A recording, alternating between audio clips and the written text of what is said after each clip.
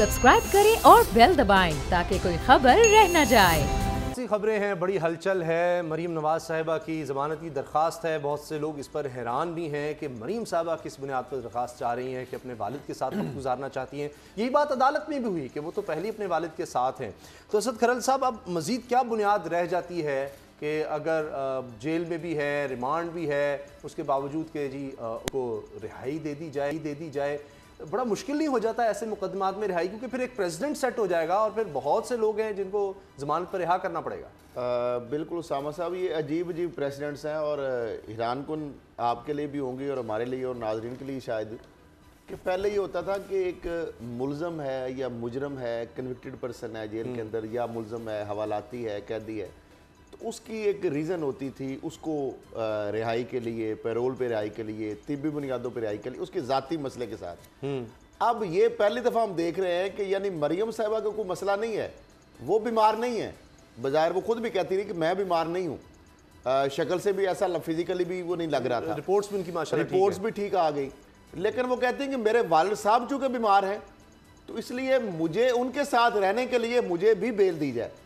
अब ये पाकिस्तान की तारीख में शायद ये पहली इस तरह का एक प्रेसिडेंट सेट होने जा रही है। नहीं, वो पहले ही वक्त गुजारी है वालिद के साथ, ये भी एक खास बात है कि पहले ही हुकूमत, हालांकि हुकूमत ने इतनी खंदा पिशाने का मुजाहरा किया है कि पंजाब हुकूमत ने, वफाकी हुकूमत ने, होम डिपार्टमेंट ने खुद ही झूठी मूठी दरखास्त बनवा के या बना के उनको जेल से निकालने के लिए एक बहाना बनाया कि आप तिब्बी बुनियादों पर बहाना बनाया कि आपकी बीमारी का मसला है इसलिए आपको हॉस्पिटल मुंतकिल करना है। क्योंकि किसी मुलजम की तीमारदारी के लिए दूसरे मुलजम को उसका जितना मर्जी करीबी रिश्तेदार हो उसको बेल नहीं मिल सकती, उसको उस जेल से निकाल के मुलजम दूसरे के साथ हॉस्पिटल में दाखिल या उसके साथ वाले कमरे में नहीं रखा जा सकता।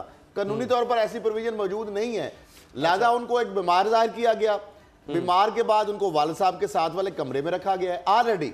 अब वो चाह रही हैं कि बेल भी, और शहबाज शरीफ साहब कितने देखें दुआ पूरी कौम से करवा रहे हैं कि वालिद साहब के साथ साथ उनका मेरे भाई साहब के साथ साथ आप दुआ करें कि मरियम साहिबा जो है उनकी बेल भी हो जाए। अब पता नहीं क्या वजह है, वो जान छुड़ाना चाहते हैं या चाहते हैं कि गलियां होंगे सुनियां बेच शहबाज शरीफ फिरे। वो लग ये रहा कि नून लीग वो कहते हैं किस तरीके से भाई साहब भी जाए और मरियम साहिबा का थ्रेट वो भी खत्म हो, तो उसके बाद शायद मेरी बारी आ जाए। और यहाँ तक वो तो मेरा ख्याल है अपने तौर पे शेरवानी सिलवा के बैठे हुए हैं कि शायद इस तरह की चीजें वो कर रहे हैं कि मुझे शायद वो कहते हैं हम डिलीवर कर सकते हैं। सर जरदारी साहब ने भी ऑफर की थी कि इमरान खान से ज्यादा तो हम अच्छा डिलीवर कर सकते हैं। इदारों को सोचना चाहिए। बाबर साहब, शहबाज शरीफ साहब भी ये तासर देने में काफी दोस्तों में कुर्बो जवान जो दरखास्त आई है जमानत की, उसमें एक बड़ी दिलचस्प बात है। दरखास्त में ये लिखा हुआ है, मौक़िफ़ ये है क्यों जमानत दी जाए, मुल्क के 3 मरतबा मुंतखब वज़ीर आज़म की बेटी हैं। बाबर साहब, ये भी एक ग्राउंड है, बुनियाद है कि जिस पर उनको रिहाई मिलनी चाहिए जमानत। उसामा साहब, ऐसे तो गवर्नमेंट ने पहले ही ज्यादती की है। गवर्नमेंट को ने जिस तरह से उनको निकाला और जिस तरह से वो सर्विसेज हॉस्पिटल में नवाशी साहब के पास बैठी हुई हैं, मुझे एक बात बताएं कि जेलों में इतनी 70,000 के करीब लोग जेलों में बंद हैं पंजाब के। बाबर साहब, मैं आगे आपकी बात करने दूंगा। आप मीडिया में नहीं देखते रहे कि जिस तरह उनके आंसू दिखाए गए, जिस तरह वायरल की गई चीजें कि जुल्म हो रहा है, एक बेटी को बाप से नहीं मिलने दिया जा रहा, ये क़यामत का मंजर है, ये लोग यजीद से बदतर हैं जो एक बेटी को बाप से नहीं मिलने दे रहे, इससे बड़ी क़यामत क्या होगी? ये दिल दहल गए हैं,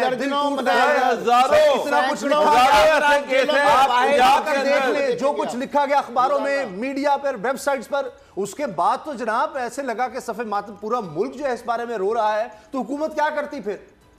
उसामा साहब, हजारों के करीब ऐसे केसेस हैं जिनमें जो कीड़े मकोड़े हैं, जो आम लोग हैं, जिनका कोई पुरसाने हाल ही नहीं है। उनकी वीडियोस नहीं इस तरह मंजर आम पर आती कि लिप लिप पर वो रो रही हैं कि जनाब वो अदालतों में फिर खान साहब ये मानेगा, मुझे वीडियो बता दें कि जाती हो। उसामा साहब, मुझे सिर्फ एक बात बताएं, इमरान खान साहब ने जब ऑर्डर किए कि जी मरियम को वालिद से मिलाया जाए ह्यूमैनिटेरियन ग्राउंड पर, तो फिर इस चीज को मान लिया जाए कि पाकिस्तान में ताकतवर का कानून और है और गरीब आदमी का कानून। दरखास्त में लिख रही है वो 3 दफा वजीर आजम मुंतखब हुए, उनकी बेटी है, क्या मतलब है इसका अदालत में ये बात कहने का? यही सर मान जाए ना आप भी तो कहते हैं कि बाकी यहाँ तो कोई एक पाकिस्तानी अदालत को पूछना चाहिए कि जनाब अब और भी बता दें कि और जो जेलों में जितने लोग हैं किस किस का जो रिलेटिव है वो शदीद बीमार है और जो उनके बच्चे हैं या जो उनको सबको जो है उनकी इयादत के लिए भेजा जाए। बाकी लोग तो बेचारे जेलों के अंदर मरखप जाते हैं, उनको तो ये भी नहीं पता होता कि उनके रिलेटिव्स की हालत क्या है, उनको तो वहां पर मिलने नहीं दिया जा रहा। और यहाँ पर मैं झूठ बोलूं कि जनाब यहाँ पर पाकिस्तान में हर कोई बराबर है। वो बच्चा जो मियां नवाज शरीफ साहब के काफिले में कुचला जाए, हामिद 10 साल का, वो और मैं क्या, मुझे कोई हुक्मरान का बेटा या उसका पोता या उसका नवासा, वो एक बराबर है? ये झूठ है। मैं ये झूठ बोल दूं कि जी एक बराबर है साहब? किसकी सर दरखास्त, अब मैं फिर आप समझे कि मैं बोल नहीं सकता, किनकी दरखास्तें इस तरह सुनी जाती हैं जनाब? हजारों लोगों की पेंडिंग है। इस तरह थोड़ी होता है कि जी छुट्टी के दिन भी जनाब इतवार को भी अदालतें लगती हों। कहां देखा साहब? मीडिया को भी आप बिलाइन करें ना, हम भी उसमें रिस्पॉन्सिबल हैं, हम भी इस बराबर के जिम्मेदार हैं। क्या हम आंसू इस तरह के दिखाते हैं किसी और के, किसी और बेटी के, किसी और बहन के, किसी और बीवी के? किस तरह जो जेलों के बाहर रो रही होती हैं, किसी का भाई जो बाप जो मर रहा होता है वो भाई की मुलाकातें नहीं करवाई जाती। बख्शी खानों के अंदर देखें, जेलों के अंदर देखें, मरीज जो रुल रुल के मार रहे हैं, कोई कैंसर में मार रहा है, कोई एड्स में मार रहा है, कोई हेपेटाइटिस का मरीज है, कोई टीबी का मरीज है। कितने लोग हैं जिनकी रिसाई है अदालतों तक, कितने लोग हैं जिनकी मीडिया तक रिसाई है, कितने लोग हैं जिनके पास वकीलों को देने के लिए भारी भरकम फीसें हैं, कितने लोग हैं जो जुमे को अदालतें खुलवा सकते हैं, कितने लोग हैं जो फ्राइडे को और सैटरडे को डबल बेंच के साथ हियरिंग करवा सकते हैं, सुबह से लेकर शाम तक अदालतें वहां पे लग सकती हैं। ये हर बंदा जो है प्रैक्टिकली आप देखें, ग्राउंड रियलिटी कानून एक है सबके लिए, लेकिन उसकी अमलदारी के ऊपर फर्क है। वो एग्जेक्टिव भी वही कह रही है, इमरान खान साहब भी यही कह रहे हैं, chief justice Islamabad high court भी ये कह रहे हैं, लेकिन बदकिस्मती से अमलदारी जो है वो इस पे नहीं है, वो बराबरी नहीं है, वहां पे डिस्क्रिमिनेशन मौजूद है। मेरा तो सिर्फ एक है कि अगर मरियम को ये फैसिलिटी मौजूद है तो फिर जेल के हर कैदी को ये नहीं हो सकती सर, जो मर्जी कर ले नहीं हो सकती, सवाल ही नहीं पैदा होता, कभी भी नहीं होगा। तो फिर सच है, वो सच है। कानून के साथ एक मजाक है ना। गरीब आदमी तो फिर आम आदमी तो कीड़े मकोड़े हैं, क्योंकि बेचारों को तो जीने का हक वो गरीब है ना, वो गरीब है, उसके पास अगर इतनी दौलत, इतने वोट, एक तरफ खान साहब कहते हैं कि मैं एनआरओ नहीं दूंगा, फिर ये भी तो एक एनआरओ है ना कि आपने मरियम को आउट ऑफ द वे जाकर अपने बाप के साथ मरियम के भाई को देख लें, चैनल्स को इश्तिहार नहीं दे सकता, मरियम के भाई सलमान शहबाज पूरे मीडिया सेल नहीं बना सकता, ना ही चला सकता है। गरीब आदमी अपने लिए इश्तिहार नहीं लगवा सकता, ना ही कॉलम छपवा सकता है, ना ही उसके नाम के आपको पता है कई घंटों के इश्तिहार चल सकते हैं। वो आप निकलवा के देख लें इलेक्शन के दौरान कितने पैसे कितने दिए गए और कितने देर के इश्तिहार चलते रहे। तो ये सर जो रियलिटी है वो बताना चाहिए, गरीब आदमी को पता होना चाहिए कि उसके साथ इस मुल्क में क्या सुलूक होगा, और कहीं उसके जहन में ख्याल भी ना आ जाए कि जनाब जिस जो मरियम साहबा के लिए है कोई कल को उठाकर दरखास्त ही ले जाए कोई खातून के, जी मेरा भी बाप बीमार है मुझे, तो ऐसा कुछ नहीं है। आखिर में टाइम कम रह गया है तो एक और हम बात कर लेते हैं लाडले की, एक बहुत लाडले, और क्योंकि अगर वो पाकिस्तान आ गए तो पता नहीं क्या कोहराम मच जाएगा और पूरी दुनिया का आप जोर लगा लें, पूरी दुनिया में जहाँ चाहे वो जा सकते हैं। आप चाहे उनको कह दें कि जी वो इश्तिहारी हैं और नाकाबिल ज़मानत उनके वारंट गिरफ्तारी जारी करते रहें या उनकी जायदाद कुर्की कर दें, किसी का फ़र्क पड़ता है। बात करें जी सलमान शहबाज साहब की। खरल साहब के पास अंदर की कहानी है। जी खरल साहब। अब ये मरियम साहबा के चूँकि कन है तो लाजा इनके लिए भी प्रिविलेज क्लास में आ जाते हैं, अशराफिया आ जाते हैं। सलमान शहबाज की आप बात कर रहे हैं, अरबों रुपए की मनी लॉन्ड्रिंग की, काला दानों ने सफ़ेद किया, पाकिस्तान से आराम से वो चले गए। उस वक्त चले गए जब नैब में ये मामला इंक्वायरी कर रहा था नैब, और नैब को ये पता भी था कि वो फरार हो जाएंगे। उसके अंदर अब ये देखें सलमान शहबाज का एक रेडीबान मजदूर और एक चपड़ासी उनका चनियोट एनर्जी का रमज़ान शुगर मिल में चनियोट एनर्जी जो वहाँ पे वो बगास से बनाते थे कि गैर कानूनी जो मुंतकली की गई। फिर Sharif feeds, Sharif dairy farm, Ramzan sugar mill और चनियोट एनर्जी के नाम पर उनके मुलाजमों के अकाउंट खुलवाए गए। फिर चनियोट एनर्जी की जिस तरह चपड़ासी की मैंने बात की, 300 अकाउंट्स में मशकूक ट्रांजैक्शंस हुई। सलमान शहबाज का frontman Fazaldad Abbasi mall town में दफ्तर था। फिर उसके बाद अकाउंट्स में रकम जमा करवाता। Chief financial officer Sharif group of company जो है ये मोहम्मद उस्मान साहब हैं, इनकी हदायत पर मुलाजमीन के नामों पर रकम रखी जाती। मुश्ताक चिन्नी जो है वो फ्रंटमैन है, अपनी रकम दी हुई 80 करोड़ रुपए उससे उधार ज़ाहिर की। सलमान शहबाज ने एक एग्रीमेंट बनाया, उसमें से 60 करोड़ उसको दिए, फिर 20 करोड़ बाकी रह गए।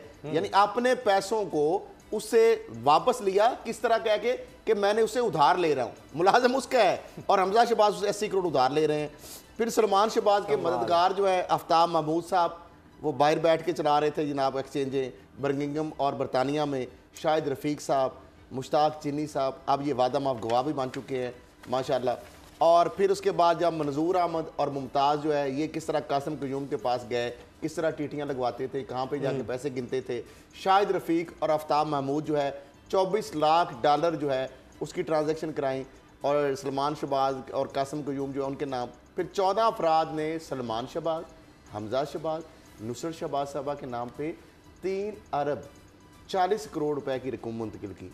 अब मुझे ये बताएं कि ये Ramzan sugar mill, Chaudhry sugar mill, ये जो Sharif feed mill, Sharif dairy farm, ये चनियोट एनर्जी और अरबों रुपए की ये ट्रांजैक्शंस हो रही हैं।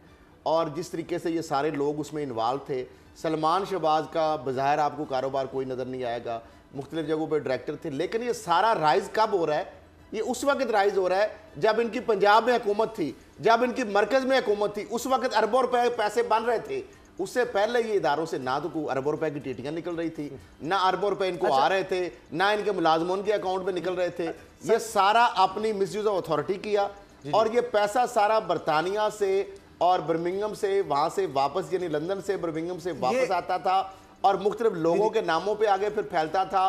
फिर मुस्लिम टाउन की जो HBL की ब्रांच और ब्रांचें जो है मुख्तलिफ बैंकों की, पूरा सब वहां पे जाती थी, अच्छा, अल्फाम बैंक में जाता था, का पता लग गया और ये सारा कुछ हुआ। और फजल मकसूद जो मलक मकसूद है वो नैब के नोटिस जारी होने से 3 दिन पहले 27 को वो रफू चक्कर हो जाता है। अच्छा, मुझे तो ये समझ नहीं आती कौन सहूलतकारी कर रहा था। मुझे तो ये समझ नहीं आती बाबर साहब के ये फिर FATF हमें क्यों कहता है कि खुद कह रहा है कि जी ये शेल कंपनियां हैं, सारा कुछ मनी लॉन्ड्रिंग के लिए काम आता है और उन मुल्कों में जो पैसा चला जाता है हम वापस भी ला सकते हैं। अक़वाम मुत्तहिदा में खुद फ्रस्ट्रेशन का इजहार किया वज़ीर-ए-आज़म इमरान खान ने कि जी पैसा हमारे मुल्कों से, गरीबों से लूटते हैं और अमीरों मुल्कों में ले आते हैं, उसके बाद आप करते ही कुछ नहीं।